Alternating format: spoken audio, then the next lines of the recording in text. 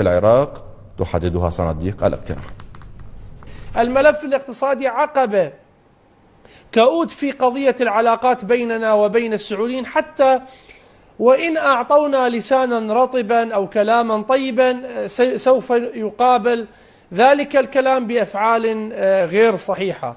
العقبة الثانية هي ما تسوقه السعودية، المملكة العربية السعودية، ما يسوقه المسؤولون طبعا بأسباب متعددة. ماذا يسوقكم السعودية؟ تسوق أن الحكم بالعراق حكم شيعي إقصائي طائفي، وهذا طبعا خلاف الواقع أستاذ فلاح. يعني والله ساعات يعني واحد من يتحدث والله نتحدث من حرقة للوطن ولهذا الشعب الذي يذبح. أنت تدري يعني اليوم ما عندنا قضية، يعني اليوم عندنا نظام ديمقراطي وعندنا برلمان وعندنا انتخابات برلمانية.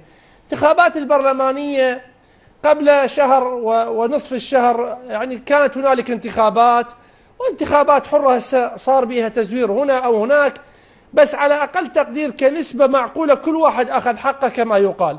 الشيعة أخذوا حقهم والسنة والأكراد. هذا البرلمان هو الذي من خلاله تخرج الحكومة. وأشار الملا إلى أن طروحات وزير الخارجية المصري في مؤتمر وزراء خارجية الدول الإسلامية يتوجب الاستفادة منها ودعمها، وتتلخص بضرورة سحب الإرهابيين الأجانب من سوريا وترك شعبها ليقرر مصيره، وكذلك دعوته المسؤولين العراقيين للتكاتف وتوحيد الصف وبناء دولة ديمقراطية للجميع.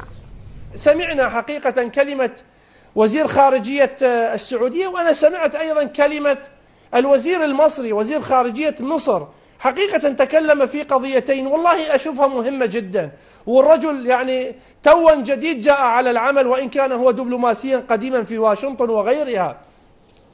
لكن أنا أقول أدعو العراقيين أن يرفضوا مثل هذا الكلام. يعني حينما دعا إلى في الملف السوري قال تكلم عن ضرورة سحب المجندين الأجانب، هذول اللي جابوهم دواعش ونصرة وجيش حر وما أدري هالمسميات، طالب بخروجهم من سوريا حتى يستطيع السوريون أن يحلوا مشاكلهم.